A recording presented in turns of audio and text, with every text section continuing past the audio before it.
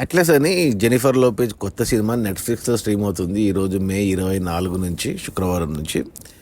అంటే ఈ cinema Jennifer Lopez ఉందని చూశాను నేను. 2 గంటల సినిమా నెట్ఫ్లిక్స్లో. అసలు సినిమా చూశాక అంటే అనిపించింది థియేటర్లో వచ్చింటే బాగుండనేసి.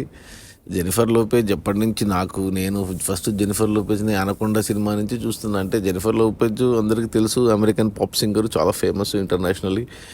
ఇప్పుడు ఆమె ఏజ్ కూడా 55 ఏజ్లో యాక్షన్ సైఫై మూవీ చేయడం అనేది గ్రేట్ అని చెప్పాలి. బాగా తీశారు. ఏమంటే జెనిఫర్ లోపేజ్కి అంటే యాక్టింగ్ రాదు, యాక్టింగ్ కనపడదు, కొద్దిగా సిల్లీగా అనిపిస్తే అక్కడక్కడ.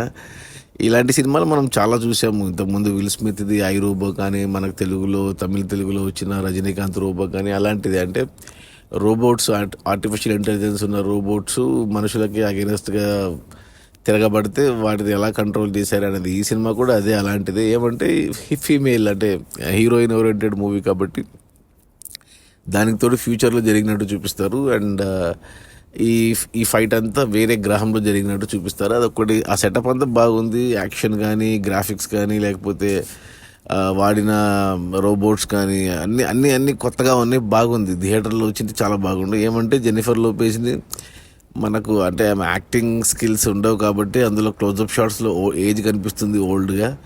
బట్ అయినా కానీ 2 గంటలు బాగా ఎంగేజ్ చేసింది, బాగా అనిపించింది. నెట్ఫ్లిక్స్లోనే కాబట్టి చూడమని చెప్తాను ఖచ్చితంగా. అంటే నా రేటింగ్ వచ్చేసి కూడా 3 ఇస్తాను దీనికి. బాగుంది సినిమా.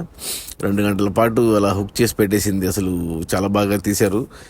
థియేటర్కి వచ్చింటే బాగుండు. చాలా ఖర్చు పెట్టి చాలా మంచిగా తీశారు ఎవరో కానీ. బట్ అదే జెనిఫర్ లోపేజ్ అంటే అందరికీ తెలుసు కాబట్టి నెట్ఫ్లిక్స్లో ఉంది కాబట్టి చూడమని చెప్తాను. ఈ అట్లాస్ అనే సినిమా ఫ్యామిలీతో చూడొచ్చు, పిల్లలతో కూడా చూడొచ్చు, నో ప్రాబ్లం. మంచి సైఫై యాక్షన్ మూవీ ఈ Jennifer Lopez Atlas. Okay, watch it on Netflix.